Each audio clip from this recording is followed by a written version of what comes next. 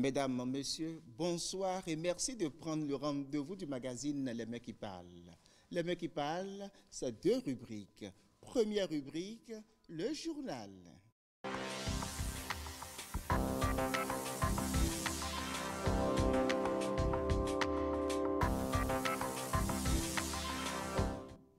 Ouvrons cette rubrique par l'audience annoncée à la Cour constitutionnelle, mais qui a très tôt pris l'allure d'une séance de travail.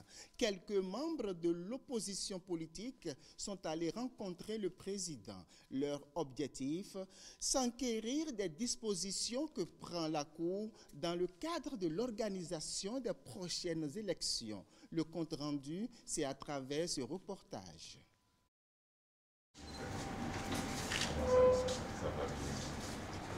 Ils sont une vingtaine de membres représentatifs de l'opposition de la classe politique béninoise. Mu par le souci de transparence, le président de la Cour constitutionnelle a autorisé la presse à couvrir l'intégralité de la séance. Après avoir écouté ses hôtes, Joseph Diogbenou a souligné que la pertinence des préoccupations ne doit aucunement faire perdre de vue que ce sont des recours qui doivent donner lieu à des décisions. Il a par ailleurs rappelé qu'en matière électorale, deux dispositions majeures situent les prérogatives de la Cour constitutionnelle. L'article 81, alinéa 1er, juge de la validité. On va dire la validation a posteriori. C'est de la Cour constitutionnelle qu'on sait que les élections sont valides. Mais l'article 117 de la Constitution, dans l'un de ses points, dispose que la Cour constitutionnelle statue sur la régularité. Mais cette fois-ci, en cas de contestation, vous avez compétit, il y a des contestations tendant à faire croire qu'il y a un souci de régularité. Le juge constitutionnel est appelé au terme de l'article 117 à statuer lorsqu'il y a contestation. Et donc, en l'absence de contestation, ou lorsque les contestations sont tranchées, le juge constitutionnel statue sur la validité du scrutin, article 81 alinéa 1. Deux pans de la compétence qui expliquent, poursuivra-t-il, les dispositions que la Cour a prises. La première disposition, c'est ce que très tôt nous avons mis en place, à savoir, bien entendu, la transparence du contentieux constitutionnel, de manière générale. La deuxième chose, c'est la démarche classique, nécessaire, préventive, de concertation institutionnelle. Évidemment, ces concertations institutionnelles ont commencé. Pour les élections transparentes, bien entendu, il était possible à la juridiction constitutionnelle d'attendre qu'elle soit saisie ou que au moment où elle se prononcera sur la validité, qu'elle se prononce. Mais évidemment, j'avais évoqué tantôt la culture démocratique que nous avons, qui est une culture de démocratie tout aussi participative. Et c'est dans cette démarche institutionnelle que les rencontres avec la juridiction en charge de l'organisation du scrutin, ces rencontres ont commencé. Et ces rencontres vont se poursuivre. La troisième, bien entendu, c'est la démarche à l'égard des acteurs politiques. Vous nous donnez cette première occasion, mais nous reviendrons vers vous, bien entendu, de manière élargie. Tous les acteurs politiques par rapport auxquels nous allons nous exprimer ce que, évidemment, nous attendons. Les membres de l'opposition politique ont saisi l'occasion pour énumérer toutes les questions relatives à certaines dispositions de la loi. Le président de la Cour a accepté de recevoir l'opposition dans son entièreté parce que justement cette opposition se pose des questions sur le processus électoral. L'opposition fait donc l'essentiel pour assurer la veille, parce que pour nous c'est important. on souhaiterait quand même que les élections se déroulent dans de très bonnes conditions, qu'après nous ayons tous le sourire. L'interprétation de l'article 242 est une interprétation importante pour l'opposition. C'est vrai que le président demande à l'opposition, aux partis politiques de faire leur propre interprétation. La liste USL est composée de plusieurs partis politiques de l'opposition et donc nous allons défendre la bannière USL et nous sommes totalement ouverts par rapport à ça. Donc, rassurez-vous, le principe de l'unité de l'opposition est martelé par l'Union sociale libérale qui représente cette opposition. La ferveur électorale se dessine ainsi et se veut être une occasion de fête de la démocratie béninoise. Bien, bonne journée. En attendant, l'Union progressiste poursuit les tournées d'échange avec sa base.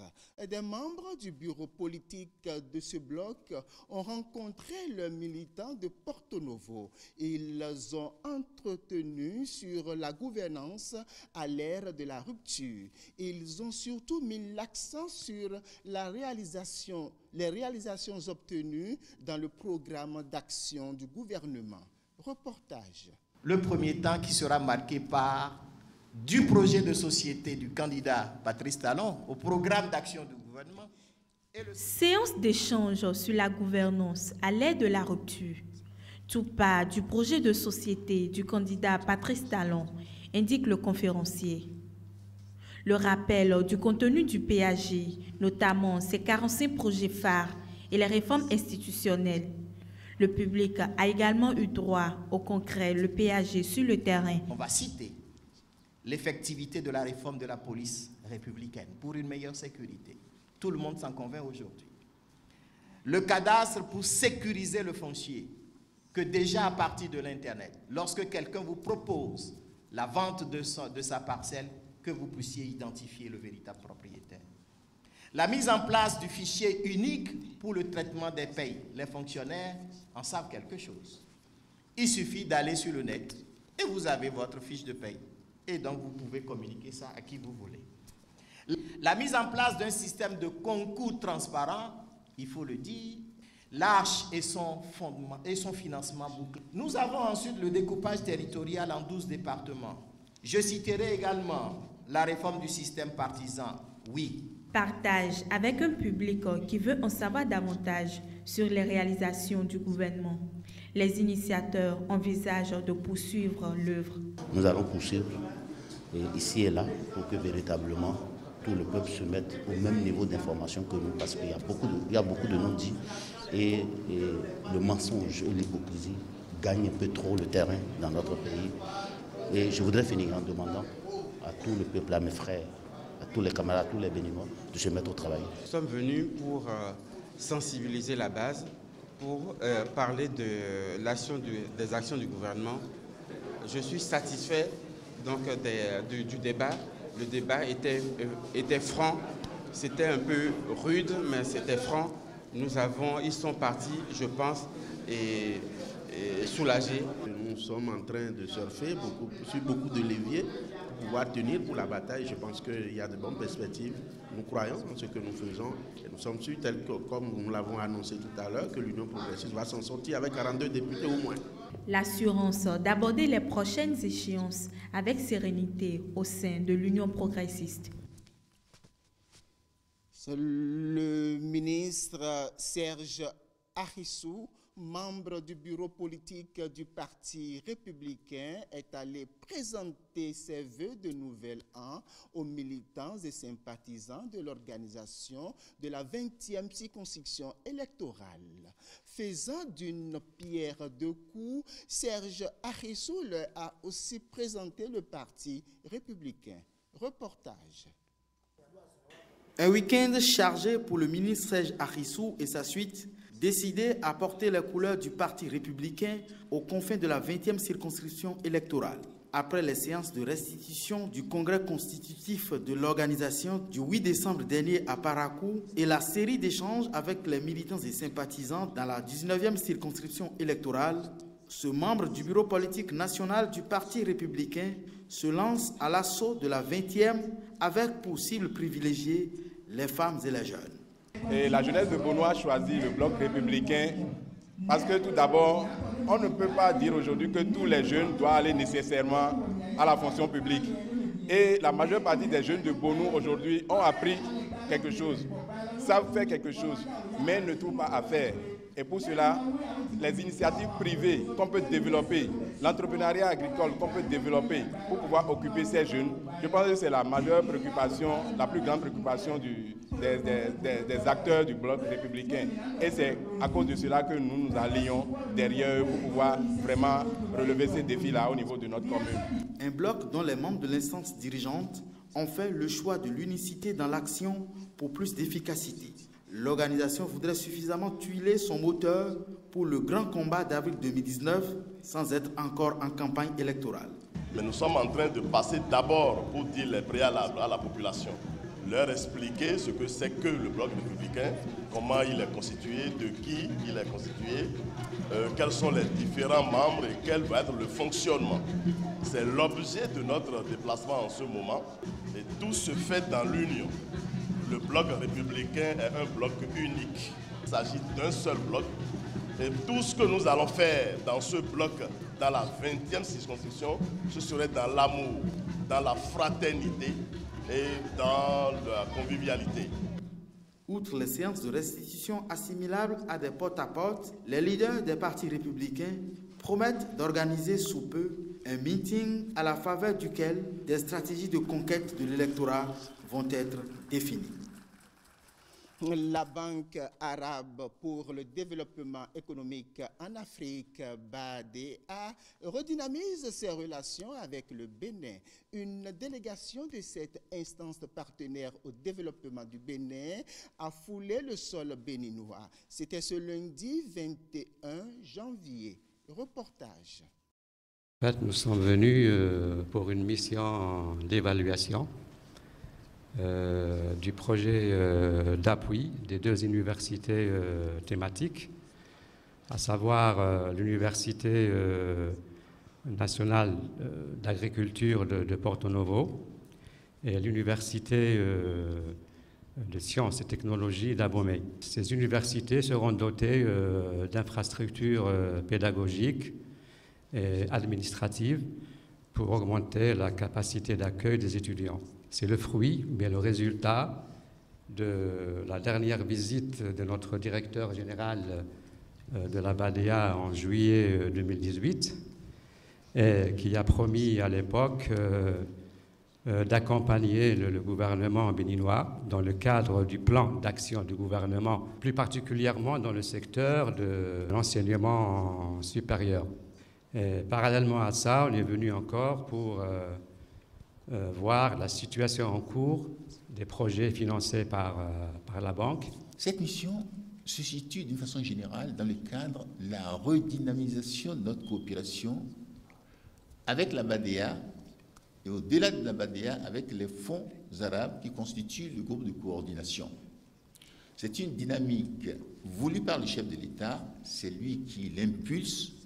Et comme vous le constatez, depuis plusieurs mois, les choses se matérialisent effectivement par des visites de travail dans la perspective de nouveaux financements. Et les grands projets d'infrastructure que connaît notre pays ont été financés ou cofinancés par les fonds et les banques arabes. La liste est très longue. Il s'agit du barrage de Nangbito, de la route d'Assaparakou, de la route Savalou-Djougou-Porga, du secteur éducatif déjà, les écoles primaires, les écoles secondaires et professionnelles, même de la microfinance. Ils ont inscrit les infrastructures au cœur de leur stratégie d'assistance. Et ça, ils l'ont fait très tôt. L'organisation de leur séjour est déjà peaufinée. Il y a eu des réunions de travail avec les ministères.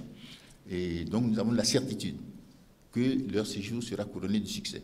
Il ne s'agit pas seulement de discuter, il s'agit de financement concret. Donc, ils annonceront les couleurs approximativement à la fin de leur séjour, et c'est notre but ultime. Mais nous avons un devoir, c'est de faire réussir la mission, car une mission en appelle une autre. J'en profite pour dire que tous les acteurs sont invités à coopérer, à apporter leur contribution afin que cette mission soit réellement réussie et que rapidement nous puissions accueillir les prochaines missions du groupe de coordination des fonds arabes. Mesdames, Messieurs, le magazine Les Mains qui parlent, c'est aussi l'apprentissage de la langue des signes.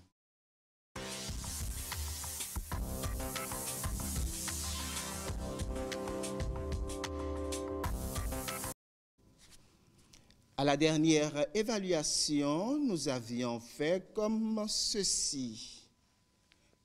D'accord? Et nous avions demandé ce signe correspond à quel mot en français?